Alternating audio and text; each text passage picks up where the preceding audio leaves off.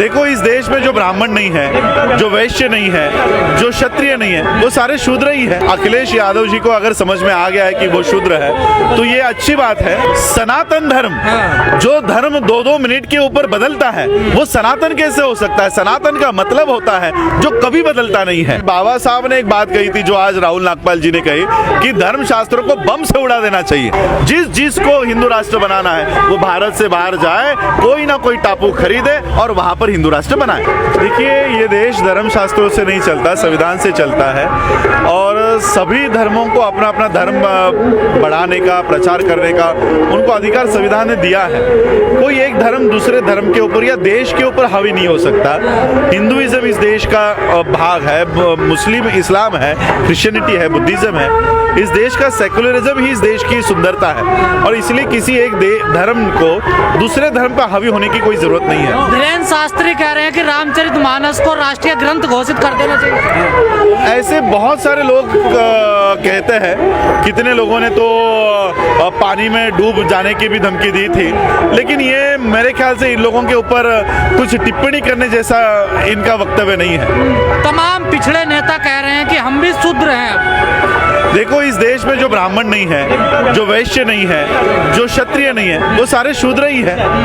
लेकिन क्या लगता नहीं आपको, अखिलेश यादव जैसे कह रहे हैं तो क्या एक राजनीतिक स्टैंड है? देखिए, अखिलेश यादव जी को अगर समझ में आ गया है कि वो शूद्र है तो ये अच्छी बात है। सिर्फ यही नहीं, मैं तो कहता हूँ SC ST OBC नहीं, इस देश के जो शूद्र है उन लोगों को इकट्ठा होकर इस देश की राजनीति को अपने हाथ में लेना चाहिए। कहा जा रहा है राजनीतिक चाल है ये सबको इकट्ठा करने की। राजनीति अगर नहीं हो रही इकट्ठा तो इकट्ठा होना चाहिए। देश के संविधान को बचाने के लिए कम से कम 85% जो लोग हैं जो अपने आप को शूद्र मानते हैं या धर्मशास्त्र उनको शूद्र मानते हैं, इन 85% लोगों को इकट्ठा होकर लड़ना चाहिए। अगर पिछले शूद्र हैं तो फिर आप लोग क्या हैं सर? हमें तो धर्मशास्त्रों के अनुसार वर्ण बाह्य डिक्लेयर किया था।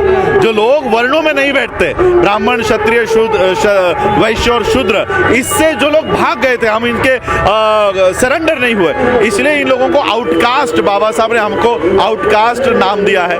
वर्ण बाह्य, वर्ण के बाहर के लोग हैं हम लोग। लेकिन कहा जा रहा है सनातन धर्म को बदनाम करने की एक बड़ी साजिश आप लोगों की है। सनातन धर्म, जो धर्म 2-2 मिनट के ऊपर बदलता है, वो सनातन कैसे हो सकता है? सनातन का मतलब होता है जो कभी बदलता नहीं है, जो कभी उसमें चेंजेस नहीं है। अब आप ताड़न को शब्द को आप रामचरितमानस में उसको शिक्षा कर रहे हो तो बताओ, जो एक शब्द चेंज करता है वो सनातन काहे का हुआ? आप भारत को बौद्ध में बनाने की बात कर रहे हैं, लेकिन योगी कह रहे हैं कि सनातन धर्म राष्ट्रीय धर्म है। सनातन धर्म मैं नहीं सोचता कि हिंदू धर्म सनातन धर्म है। बाबा साहब ने हिंदू एज ए रिलीजन में लिखा है कि ये जो अपने आप को सनातनी कहते हैं, ये पैसों के लिए हरा चोला पहनकर भी किसी पीर बाबा के सामने बैठ जाते हैं, तो मेरे ख्याल से ये सनातनी नहीं है। इस देश में बुद्धा की जो बातें हैं ये सनातन से चली आ रही है, ये वर्षों ने वर्षों चली आ रही है और इसलिए बौद्ध धर्म या बौद्धमय भारत का मतलब है कि ऐसा देश जिसमें भाईचारा बना रहे, जाति विहीन समाज बना रहे, जिसमें सबको स्वातंत्र्य हो, समता हो, ये सनातन है और ये हम लोगों को इस देश में कायम करना। तमाम साधु संत आप लोगों को परिणाम रख रहे हैं सब करोड़ों का। रखने तो हम लोग है ही करोड़ों के मालिक और हम लोगों के ऊपर इनाम भी होने चाहिए। मैं कहता हूँ इनाम रख के हमारा एक बाल भी अगर बाका करने की इनमें हिम्मत हो तो हम इनको सही में मर्द मानेंगे, वरना हमारे लिए नपुंसक है। सर, दिल्ली में एक मंत्री राजेंद्रपाल गौतम का इन बातों पर इस्तीफा हो जाता है, लेकिन यूपी बिहार में प्रमोशन हो रहा है सर। देखो, यही है, चाहे वो केजरीवाल हो या योगी हो, ये सांप और नाग दोनों जगह पर बैठे हुए हैं। हमारे बहुजन नेता जब तक ये नहीं समझेंगे कि वहां पर भी नाग है, यहाँ पर भी सांप है, सांपनाथ और नागनाथ दोनों को कुचलने की जरूरत है। कहा जा रहा दरार डालने आप समाज में।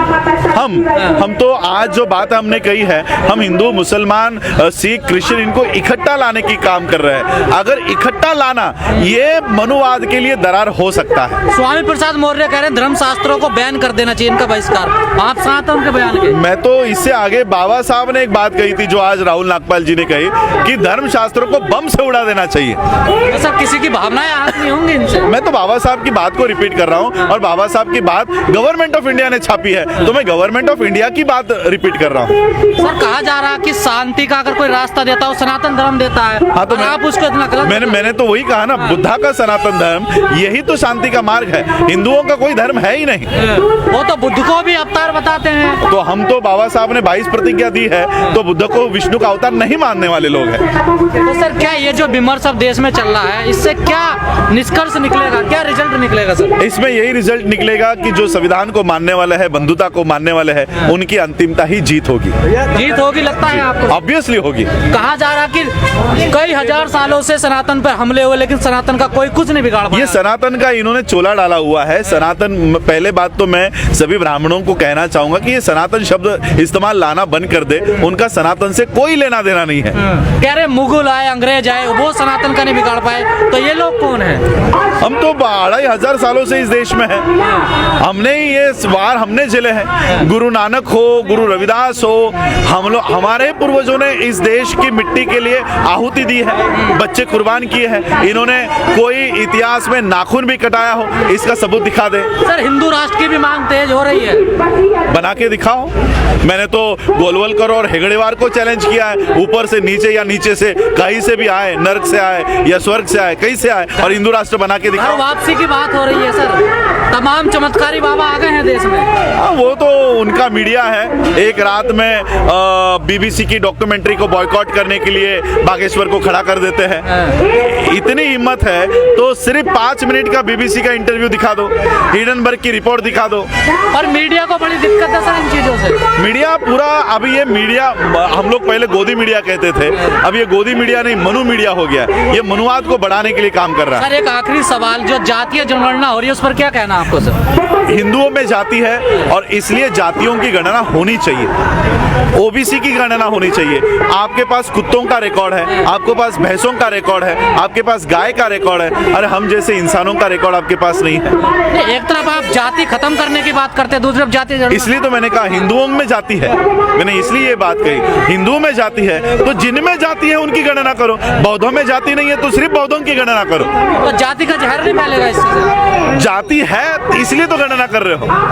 गणना करने से जहर फैल रहा है और जाति बढ़ावा देने से जहर नहीं फैल रहा है। तो जाति है तो जाति की गणना करो, और अगर नहीं गणना करना चाहते तो हर डॉक्यूमेंट पे से कास्ट का कॉलम डिलीट कर दो, हर डॉक्यूमेंट में से। सर आप लोगों के लगातार पुतले फूके जा रहे हैं, जो लोग विरोध कर रहे हैं इस प्रकार। फूकने दो, इतिहास है हमारा।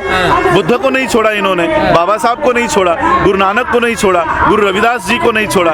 तो अब पुतले अगर फूके जा रहे हैं तो हमारे लिए ये सर्टिफिकेट है कि हम हमारे महापुरुषों के विचारधारा पर कायम है। लेकिन उस दोहे का मतलब सर बदल दिया गया, अब शिक्षा रख दिया गया। देखिए ताड़ना का मतलब शिक्षा कर दिया। तो यही तो मैंने कहा कि ये जो 2-2 मिनट पर अपनी शिक्षा बदलते हैं, ये काहे के सनातनी। सर बाबा आए हो करे हिंदू राष्ट्र बनाएंगे हम सब देश को। कौन बाबा आए सर धीरेन्द्र शास्त्री कह रहे मेरा साथ दो, मैं आपको हिंदू राष्ट्र दूंगा। एक हिंदू राष्ट्र का सपना लेकर बैठा था नित्यानंद, वो देश छोड़ के भाग गया, आपको पता है। वो बाहर किसी टापू को लेकर उसने वहां पर हिंदू राष्ट्र बनाया है। तो मैं हिंदू राष्ट्र बनाने वाले सभी लोगों को कहना चाहता हूं, जिस को हिंदू राष्ट्र बनाना है वो भारत से बाहर जाए, कोई ना कोई टापू खरीदे और वहां पर हिंदू राष्ट्र बनाए। सर अडानी 20वें नंबर पर आ गए करीब 50 लिस्ट में। अभी तो 20वें नंबर पे आए हैं, थोड़ी देर में तिहाड़ जेल में भी आएंगे।